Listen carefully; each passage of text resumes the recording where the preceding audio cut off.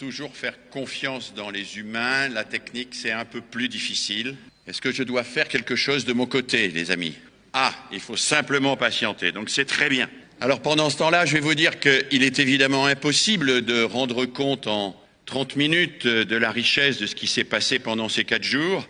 Mais puisque vous m'avez fait l'honneur de me nommer témoin, c'est bien un témoignage que je vais apporter. C'est, comme je vous le disais il y a un instant, plutôt le témoignage d'un militant que d'un chercheur, le témoignage d'un vieux militant, de quelqu'un qui a travaillé sur l'histoire de l'éducation nouvelle, qui s'est interrogé depuis plus de 50 ans maintenant sur l'évolution de notre monde et aussi la manière dont l'éducation nouvelle pouvait répondre à ces évolutions. Donc mon témoignage portera, si vous le voulez bien, sur 1921-2022 et Laurence tout à l'heure parlera de 2022, 2050, 2100, 2120, les prochaines biennales. 1921-2022, de la Ligue internationale de l'éducation nouvelle à Convergence, le contexte a radicalement changé, mais je pense que si les participants du congrès de Calais avaient pu être là aujourd'hui, ils auraient découvert que vous avez la même détermination qu'ils avaient à l'époque. Vous avez des valeurs communes avec eux, mais peut-être une lucidité accrue dans un contexte difficile.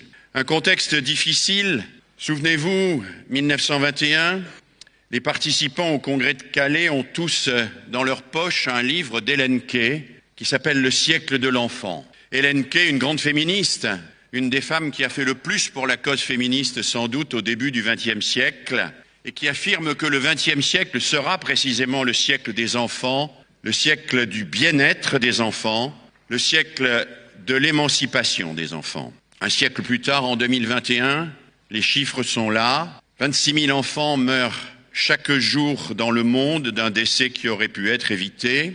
Plus de 100 millions d'enfants vivent dans la rue. Plus de 180 millions n'ont accès à aucune forme de scolarisation. Et il reste, de par le monde, ici ou là, des centaines de milliers d'enfants soldats, d'enfants esclaves, d'enfants victimes de toute forme de violence, d'enfants cœur de cible de nos publicitaires et parfois tués au cœur. Nous avons, 100 ans après, à constater que le chemin est encore long. Il est encore long pour l'éducation et pour les enfants, mais il est encore long, et cela a été dit dans cette biennale, sur toute une série de domaines et dans toute une série de champs où l'on croyait avoir avancé et où les reculs sont là. On croyait avoir réglé la question de la guerre et de la paix. 1989, la chute du mur de Berlin, grand enthousiasme, la paix dans le monde. Mais la guerre est là, dramatiquement à nos portes. Elle a frappé à la porte de l'Europe en Ukraine, mais elle n'était pas si loin il y a encore quelques années, il y a encore quelques mois en Syrie.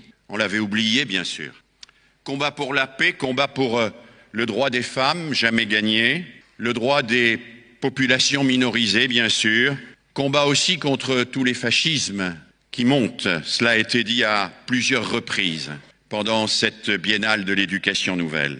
Alors mes amis, 100 ans après 1921, sommes-nous condamnés, comme le disent parfois ceux qui nous regardent avec un peu de hauteur et d'une manière un peu hautaine, à n'être que des attrapeurs de nuages qui se déroberont toujours? Ou bien pouvons-nous, sans rien renier de nos valeurs fondatrices, agir ensemble, là, maintenant, dès aujourd'hui, dans le monde que nous vivons, non pas nécessairement en résistance, en combat, mais en résonance avec lui, en étant attentif à ce qu'il nous dit et attentif aussi et en recherche permanente à ce que nous pouvons lui dire. Alors ma démarche ce matin, elle va être très simple. Je vais rappeler quelques-unes des valeurs fondatrices de 1921. Je vais évoquer en quoi le monde a changé depuis et bascule aujourd'hui dans l'incertitude. Et puis, je vais voir chaque fois quels sont les enjeux majeurs pour l'éducation nouvelle aujourd'hui. Structure très simple, 1921, quelles valeurs? Depuis, qu'est-ce qui s'est passé? Aujourd'hui, quels défis? Et Laurence dira comment nous pouvons les relever. 1921, une citation d'Adolphe Ferrière, parce que l'être humain est un être social. Éduquer, disait Ferrière, c'est lui apprendre à vivre en société. Société. La société occidentale de 1921 n'a plus rien à voir avec la nôtre, mes amis. Nous le savons. Un des éléments les moins repérés, mais probablement les plus importants de l'évolution que nous avons vécue, en particulier en Occident, c'est la déchristianisation. La déchristianisation n'est pas anecdotique. J'ai là quelques chiffres recueillis par un historien, Guillaume Cuchet, dans un livre qui s'intitule « Comment notre monde a cessé d'être chrétien » et dont le sous-titre est « Anatomie d'un effondrement ». Guillaume Cuchet nous dit que dans l'Occident, dans l'Europe occidentale, en 1960 encore, 94% des individus étaient baptisés. En 2020, ils ne sont plus que 8 à 10%. Mais peut-être plus déterminant encore. En 1960, dans une enquête effectuée par l'Église catholique, 78% des individus disaient croire aux fins dernières. Alors les fins dernières, c'est quoi? C'est l'enfer, le ciel, le purgatoire, le paradis pour les meilleurs. La même enquête réalisée en 2019 semble indiquer que moins de 2% de la même population croit aux fins dernières. Alors ceci ne peut pas ne pas déterminer la réalité des comportements de nos contemporains, de nos enfants, de nos adolescents. Cela signe la disparition d'un moralisme vertical qui s'imposait avec la peur, une peur bien plus efficace encore que celle du gendarme, la peur de l'enfer, qui dictait aux individus leur comportement, qui régulait la société d'une manière invisible mais très efficace. Tout cela a laissé la place à une moralité qui s'en remet au jugement de chacun et de chacune d'entre nous et qui renvoie aux décisions que nous prenons cette fois-ci non pas en fonction d'un destin après la mort, mais de ce que nous voulons, que soit notre vie et que devienne notre monde. Alors oui, cela a changé considérablement les choses. En un siècle, l'Occident a vu les sociétés holistiques, celles où tout le monde ressemble à tout le monde et tout le monde ressemble au tout, s'effondrer. L'Occident a vu émerger l'individualisme social, qui est une bonne chose, une belle chose. Chacun revendique de choisir sa vie. C'est la première étape nécessaire d'une émancipation qui nous mènera vers la démocratie. Mais nous voyons bien que cet individualisme social, cette première étape vers la démocratie, est aujourd'hui particulièrement contrariée par la frénésie consommatrice. Cela a été souligné dans de très nombreux ateliers, dans de très nombreux débats, et la montée de communautarismes identitaires de toutes sortes. Alors entendons-nous bien, mes amis, les communautarismes identitaires ne sont pas le privilège des religions. Dans un atelier, dans un débat où j'étais, on disait les joueurs de golf sont aussi une forme constitue aussi une forme de communautarisme identitaire assez dangereuse pour la planète, puisqu'ils occupent beaucoup de terrain, qu'ils consomment beaucoup d'eau, et que tout cela pourrait être utilisé plus efficacement pour l'agriculture. Et donc, c'est vrai, le vieux slogan de celui qui, en France, a incarné longtemps l'extrême droite, avant que sa fille ne prenne le relais, qui se ressemble, s'assemble, plutôt ma cousine que ma voisine, plutôt ma fille que ma cousine, plutôt moi-même que les autres. Ce vieux slogan-là fait encore florès. Et c'est pourquoi l'idéal de Ferrière, l'idéal qui consiste à apprendre à faire ensemble société, est aujourd'hui aussi d'actualité. Un enjeu majeur pour l'éducation nouvelle, pour nous aujourd'hui, et cela a été dit à de nombreuses reprises dans ces journées, c'est d'apprendre et de réapprendre sans cesse, comme nous l'avons fait, comme vous l'avez fait, à coopérer pour construire du commun. Coopérer. C'est pas facile, c'est pas spontané. Ça oblige à mettre parfois un peu entre parenthèses certaines de ses convictions, certains de ses engagements, certaines de ses pulsions pour entrer en relation avec les autres. Construire du commun et s'émanciper de tous les enfermements identitaires, quels qu'ils soient. Les enfermements identitaires qui se manifestent si fortement à travers l'essentialisation des personnes. Cette réduction des personnes à leur origine, à la couleur de leur peau, à leurs symptômes, à leurs difficultés personnelles, à tout ce qui permet de les étiqueter et de les enfermer une bonne fois pour toutes dans une catégorie, alors que l'éducation nouvelle nous dit que l'humain déborde toujours et que c'est dans ce débord de toutes les étiquettes que l'humain se retrouve, que les humains se retrouvent. Et le plus souvent, et ça a été pour moi très fort pendant ces journées, le plus souvent parce qu'ils partagent leurs questions que parce qu'ils partagent leurs réponses. Oui, je crois qu'une des caractéristiques de ce qu'on appelle l'interculturalité et que nous avons vécu pendant ces journées, c'est que les questions nous rassemblent quand les réponses parfois nous divisent. Et il est légitime que les questions nous rassemblent et qu'elles nous rappellent que nous sommes humains, ensemble confrontés au même problème. Et il est légitime que les réponses soient singulières, relatives aux engagements et au contexte. Mais il ne faut jamais oublier que même si les réponses nous divisent, il y a toujours des questions qui nous rassemblent. Et que c'est autour de ces questions que nous pouvons ensemble promouvoir notre commune identité. Alors dès 1921, cette identité, cette humaine identité, elle était définie, et je pense à un certain nombre de penseurs qui étaient là présents au Congrès de Calais, comme la capacité à conjuguer le droit à la différence et le droit à la ressemblance. Droit à la différence, oui, chacun a le droit d'être ce qu'il est, de devenir ce qu'il veut surtout, mais droit à la ressemblance parce que les différences ne peuvent permettre de construire une société que sur un fond de ressemblance radicale.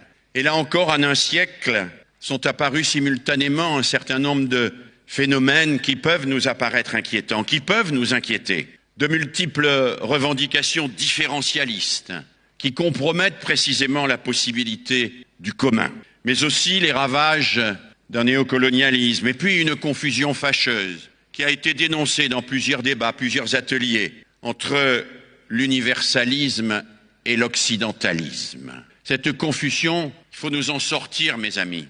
L'universalisme est important, nous sommes porteurs de valeurs universelles et nous nous voulons porteurs de valeurs universelles. Ces valeurs universelles, elles ne renvoient pas simplement aux valeurs occidentales. Elles doivent se saisir, entendre et être capables de communier avec les valeurs fortes que d'autres civilisations ont portées et que nous avons souvent fait taire par la colonisation et aujourd'hui le néocolonialisme qui nous envahit. Un enjeu majeur pour l'éducation nouvelle aujourd'hui, c'est donc bien de découvrir sans cesse ce qui nous unit et de promouvoir en même temps ce qui nous spécifie. C'est pas facile et c'est vrai à la fois. Dans le petit groupe d'élèves qui est là en classe et qui travaille, qui fabrique la maquette d'une ville romaine, comme au niveau international, dans des coopérations Erasmus où on se rencontre autour de nos projets réciproques, repenser chaque fois et retresser systématiquement ce qui nous unit, ce qui nous rassemble, tout en permettant à chacun d'apporter une contribution particulière, une contribution unique, singulière, qui le spécifie et le rend indispensable. Alors oui, nous avons là un deuxième enjeu majeur pour l'éducation nouvelle. Troisième enjeu, dès 1921, vous le savez, ceux et celles qui se réunissent à Calais promeuvent, selon l'expression de Claparède, une révolution copernicienne en éducation. Cette révolution copernicienne, disent-ils, consiste à placer l'enfant, le sujet, au centre du système. Alors elle va s'exprimer, cette révolution copernicienne, à travers la mise en place d'une discipline particulière dans l'université qui va avoir un rôle extrêmement important dans le développement de l'éducation nouvelle. 1921, c'est aussi la création par Claparède à Genève de l'Institut Jean-Jacques Rousseau, l'Institut qui pour la première fois évoque les sciences de l'éducation au pluriel et qui promeut ce qu'il appelle la psychopédagogie. Mais la psychopédagogie, ça n'est pas le fait de déduire la pédagogie de la psychologie, c'est simplement une manière de rappeler que la pédagogie ne peut pas se construire simplement sur les savoirs, mais qu'elle doit aussi prendre en compte la dynamique du sujet qui apprend. Cette psychopédagogie a aujourd'hui quasiment disparu, en tout cas en Europe, et elle a laissé la place à des approches scientifiques, basées le plus souvent, si ce n'est exclusivement, sur ce qui est observable et quantifiable, sur le chiffre. Nos amis du GF1 ont écrit à la Chronique sociale il y a quelques années un ouvrage sur la nécessité de déchiffrer l'éducation. Déchiffrer en 2 mots pour la déchiffrer en 1 mot. Déchiffrer l'éducation, c'est aussi ce que vous avez demandé. J'entends encore ces collègues espagnols dire « Non, nous ne voulons plus être évalués exclusivement par PISA. Nous voulons que les valeurs que nous portons puissent être prises en compte et qu'on ne réduise pas dans cet effet Vigivaro insupportable l'élève à des performances standardisées et reproductibles, qui ne disent que de lui qu'il n'est qu'une machine à apprendre. » Alors oui, nous avons aujourd'hui un nouvel enjeu majeur. Il nous faut certes entendre ce que nous disent les sciences. Les neurosciences nous disent des choses importantes. Bernard Charlot l'a dit dans sa conférence introductive. D'autres collègues l'ont évoqué dans des ateliers ou des débats. Mais il ne nous faut pas basculer pour autant dans le scientisme. La science n'est pas le scientisme. La science nous éclaire, elle nous donne des indications sur la manière d'agir, elle nous explique comment marche le moteur, elle ne nous dit jamais dans quelle direction nous devons aller. La direction, c'est à nous de la définir et non pas à la science. Et quand la science se met à nous définir la direction où nous devons aller, elle ne le fait pas au nom de la science. Elle le fait au nom d'une idéologie scientiste qui, dans l'immense majorité des cas, est une idéologie de l'homme-machine au service de l'économie libérale. Alors il nous faut effectivement entendre les sciences, mais ne pas être naïfs à l'égard de ces sciences. Oui, nous sommes ouverts à toutes les sciences qui nous aident à penser la réalité éducative, mais non, nous ne réduisons pas notre engagement à une espèce de foi aveugle dans la science et la technique. Nous disons que les valeurs qui étaient celles de 1921 sont toujours les nôtres et que l'humain est irréductible à toutes les approches techniciennes. Dès 1921 d'ailleurs, l'éducation est pensée comme une relation risquée. Et le terme risqué est ici très important pour moi, entre des sujets humains. Risqués parce que en éducation, et ça a été dit à plusieurs reprises ici ou là, rien n'est sûr. Rien n'est sûr parce que nous ne fabriquons pas des robots, que nous formons des personnes et que ces personnes, nous avons besoin de leur engagement pour pouvoir réussir avec elles. J'ai dénoncé il y a bien longtemps ce que j'appelle le mythe de Frankenstein d'éducation, l'idée que l'on peut fabriquer les humains, comme le faisait le docteur Frankenstein, en récupérant et en cousant des savoirs et en envoyant une décharge électrique.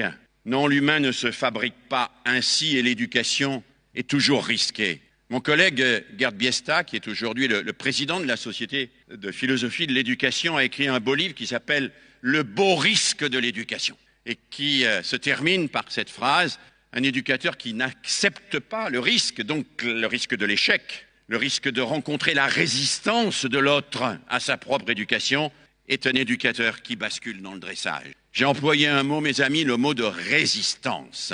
Oui, nos enfants, nos élèves, nos adolescents résistent à notre éducation. Et heureusement qu'ils résistent à notre éducation. Et quand je parle de résistance, j'emploie souvent ce mot en lui donnant cette connotation physique. La résistance, c'est ce qui empêche de passer le courant. Mais dans l'ampoule électrique, c'est ce qui éclaire. Comprendre pourquoi les êtres résistent, c'est éclairer la pédagogie, éclairer notre engagement éducatif. Alors, en un siècle, nous avons vu l'humain dans la relation pédagogique remis en question. Et nous voyons remonter aujourd'hui une vieille songerie d'une éducation entièrement virtuelle, le learning analytique, le WISE au Qatar chaque année. Vous savez que le Qatar chaque année réunit toutes les plus grandes GAFAM, plus un certain nombre d'intellectuels entre guillemets en éducation, pour imaginer un système où à partir d'une analyse, grâce au logiciel d'intelligence artificielle des cerveaux des enfants, on pourrait programmer l'enseignement de manière entièrement individuelle et supprimer l'école, supprimer tous les lieux d'éducation, planter chaque enfant devant un écran d'ordinateur avec des écrans d'ordinateur tous reliés, évidemment entre eux à un gigantesque serveur installé sur les îles Caïmans pour être défiscalisé. Cette songerie-là, mes amis, cette songerie du remplacement du professeur par le processeur, cette songerie-là, nous devons la prendre au sérieux. Parce que contrairement à nous, elle a les moyens financiers, des moyens colossaux, et elle a l'appui considérable de pouvoirs qui pensent que les processeurs sont plus facilement contrôlables que les professeurs. qu'on peut les remettre à jour plus facilement et qu'on peut s'éviter ainsi bien des ennuis avec ceux qui veulent, comme nous, continuer à faire de l'éducation une aventure risquée. Alors oui, c'est un enjeu majeur aujourd'hui pour l'éducation nouvelle. Il nous faut nous saisir de la technique. Et j'ai entendu ce que disaient ici ou là les collègues sur l'importance de se saisir de la technique, de s'accaparer le numérique, de ne pas le laisser à nos adversaires. Et il nous faut nous en saisir comme d'un pharmacone, pour reprendre l'expression de notre ami hélas disparu Bernard Stiegler. Pharmacone comme la digitaline, vous savez, dont parlait Platon, ce qui peut à la fois nous guérir et nous tuer. Oui, le numérique peut nous tuer, il peut aussi nous guérir, et c'est à nous de nous emparer de ces outils pour faire en sorte qu'ils nous guérissent, qu'ils créent du lien, et non pas qu'ils tuent la solidarité au profit de la montée des concurrences individuelles. Ne nous laissons pas fasciner par la raison technicienne. Alors, en 1921 aussi, il y a des débats. On aurait tort de penser que l'éducation nouvelle et les congrès de l'éducation nouvelle sont consensuels.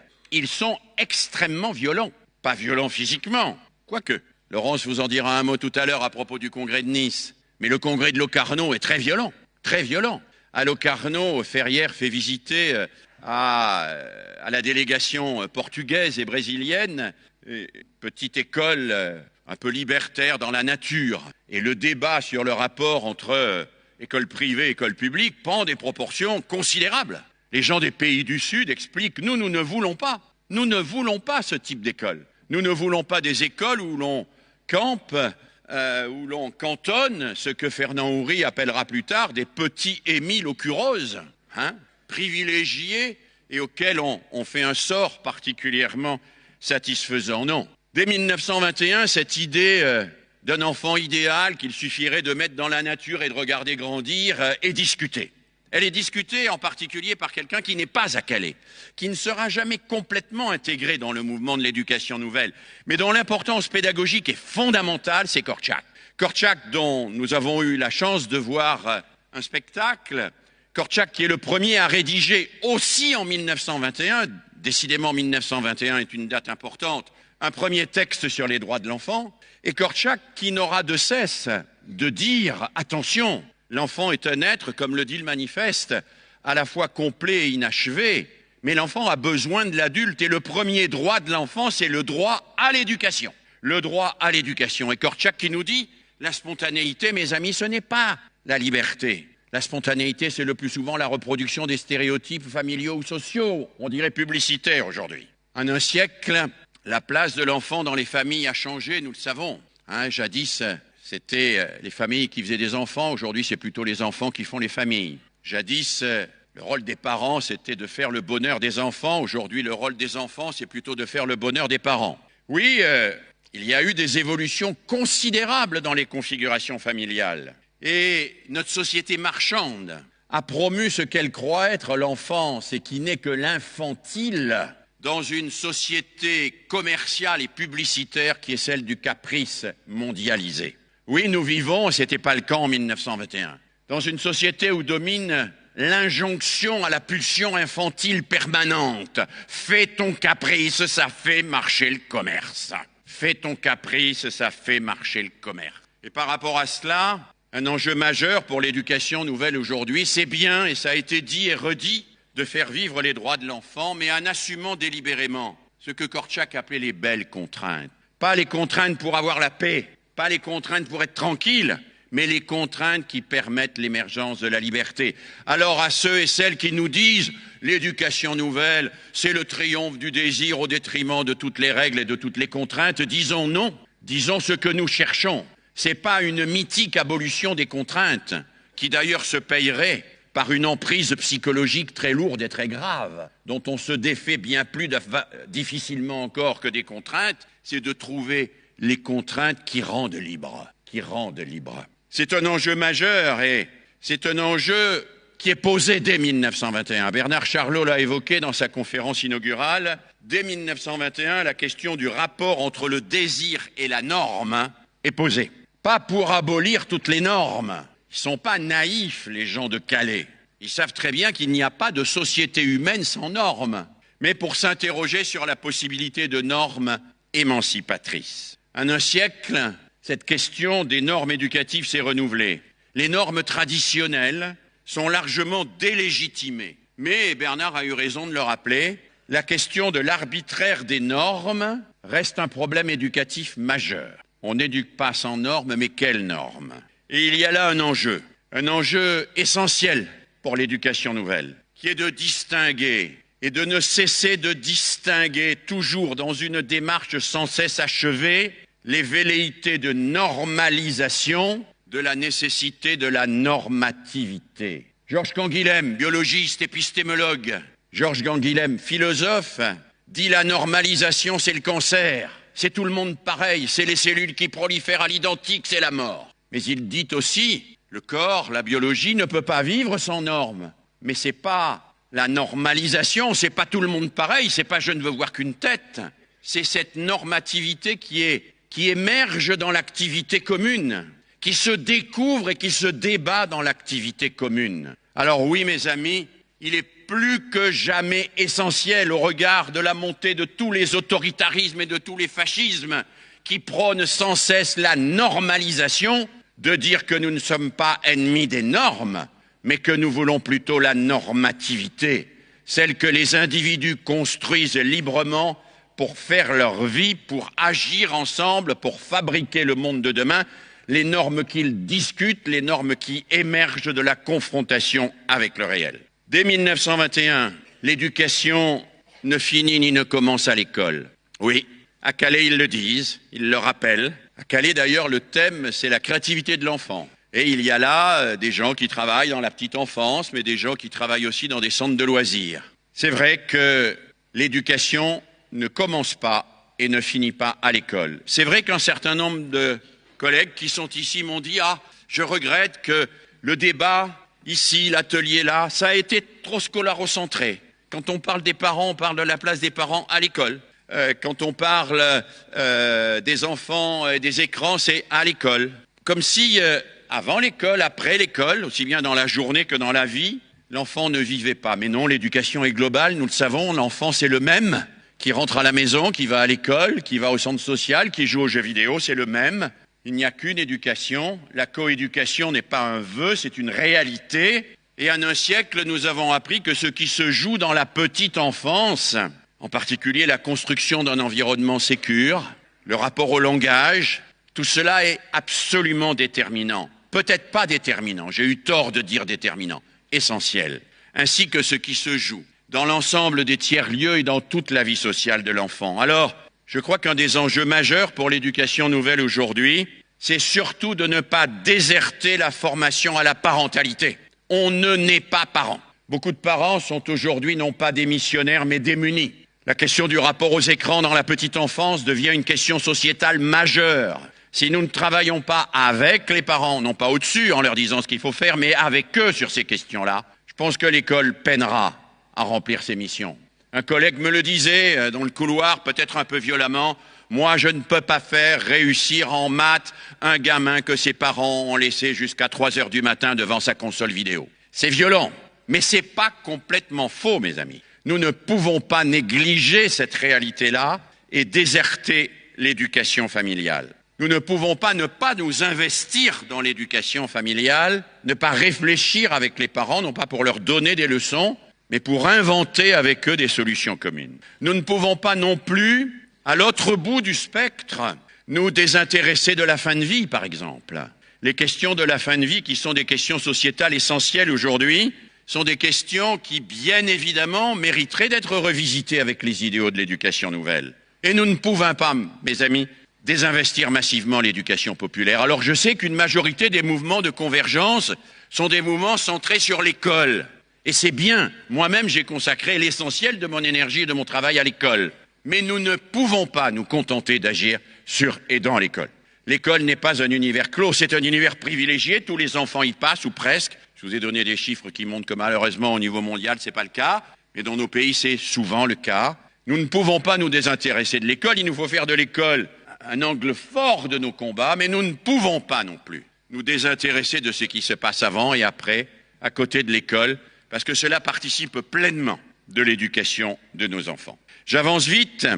Dès 1921, c'est Claparède qui n'arrête pas de le dire, investir sur l'éducation, financièrement et politiquement, c'est préparer l'avenir. Mais en un siècle, mes amis, et plus particulièrement depuis les années 50, depuis qu'on est devenus des aficionados de la croissance, nous avons appris qu'il n'y aura pas de croissance infinie dans un monde fini. Et nous transmettons à nos enfants des savoirs à l'école. C'est bizarre, hein, nous chipotons avec eux sur leur niveau en maths, sur leur capacité à s'approprier les savoirs mathématiques que nous leur transmettons, mais en dessous de table, nous leur transmettons un monde qui est sacrément abîmé par nos égoïsmes et dont ils ne savent même pas s'il va durer jusqu'à la fin de leur vie. Une enquête terrible, mes amis, une enquête terrible montre qu'aujourd'hui, alors je cite le chiffre pour la France, il faudrait le relativiser pour les autres pays, 67% des enfants français pensent qu'il y aura la fin du monde avant la fin normale de leur existence. 67%. Et nous leur demandons de réciter bêtement l'accord du participe passé. Mais quel intérêt, quelle importance, bon sang de bois. Comment n'avons-nous pas vu que la finitude du monde, que les enjeux écologiques auxquels nous sommes confrontés rendent parfois dérisoires nos exigences scolaires ou éducatives. Alors oui, il y a un enjeu majeur pour aujourd'hui. C'est de permettre à nos enfants de donner un avenir à leur futur. Le futur, il sera toujours là, hein, mes amis. Il est 11h moins 25, dans 5 minutes, il sera 11h moins 20. Le futur, il est là. Mais ce sera peut-être un futur sans nous, sans l'espèce humaine. Nos enfants le croient. Nous avons besoin de les aider à ce qu'ils se donnent un avenir dans leur futur. Et cet avenir, on l'a vu tellement bien exprimé ici pendant ces journées. Cet avenir, ça pourrait être celui d'un monde solidaire, où plutôt que d'être dans la concurrence permanente pour consommer les dernières miettes de l'épuisable, on partage ce qui est inépuisable. La culture, la joie d'être ensemble, le fait de faire des projets, tout ce qui nous rend humains et qui, quand on le donne, ne s'épuise pas mais se multiplie. Rendre nos enfants heureux de partager l'inépuisable plutôt que de consommer l'épuisable dans une frénésie sans fin, c'est un enjeu majeur. Et ceux qui nous disent que la question du plaisir n'est pas une question centrale en éducation se trompent. Une civilisation dit son avenir à travers ce qu'elle dit à ses enfants sur la manière de trouver leur plaisir. Où trouvez-vous votre plaisir ? Dans l'achat du dernier jeu électronique ? Ou dans le partage avec vos amis de ce que vous avez appris, de ce que vous savez, de ce que vous avez découvert? Nous disons là beaucoup de choses à nos enfants, il nous faut le leur dire encore mieux. Et puis, dès 1921, les militantes et les militants de l'éducation nouvelle veulent tout à la fois créer des espaces d'émancipation, ce qu'ils vont appeler des écoles alternatives, et transformer l'école publique. À côté de la Ligue internationale, il y a ce qu'on appelle les compagnons de l'université nouvelle, ceux qui disent en France, après la guerre de 14-18, il faut que les fils de celles et ceux qui ont subi la guerre, les fils et les filles de ceux qui ont souffert dans les mêmes tranchées, partagent les bancs de la même école. En un siècle, les services publics d'éducation ont été malmenés. Ils sont aujourd'hui menacés par la marchandisation néolibérale dans un monde où les inégalités s'accroissent. Et oui, l'éducation nouvelle, et là c'est un chantier, il a été ébauché, à peine ébauché pendant cette biennale. Il nous faut repenser le rapport entre nos expérimentations pédagogiques, nos lieux où il se passe des choses formidables, et puis la reconstruction démocratique d'un grand service public où chacune et chacun ait sa place. Laurence vous en dira plus là-dessus. Oui, il nous faut reconstruire l'articulation entre l'innovation et le politique. On a trop déconnecté l'un de l'autre. J'ai eu la chance hier de passer une demi-heure avec des collègues libanaises qui sont dans la salle, qui m'ont expliqué comment, après l'échec de la révolution citoyenne au Liban, elles ont décidé de créer une école. Pas n'importe où, pas à Beyrouth, dans la plaine de la Bekaa. Une école où elles ne demandent aux enfants ni leur papier ni leur religion. Une école où les enfants travaillent en lien profond avec la nature. Une école qui, pour elles, est l'incarnation de cette révolution qui a été tuée dans l'œuf, dans un Liban aujourd'hui soumis à des crises monétaires, institutionnelles, financières, de tous les domaines absolument terribles et catastrophiques. Je voudrais dédier ce que je vous dis ce matin à ces femmes et au courage qu'elles ont eu. Je voudrais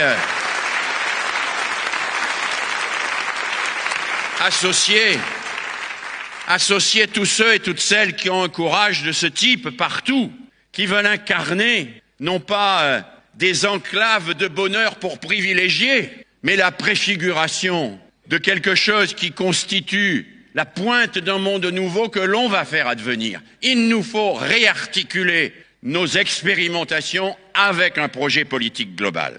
Et puis, j'en viens au 10e point rapidement, qui est dans le prolongement immédiat du précédent. Dès 1921, mes amis, les militantes et les militants de l'éducation nouvelle revendiquent tout à la fois d'être des pédagogues et des politiques.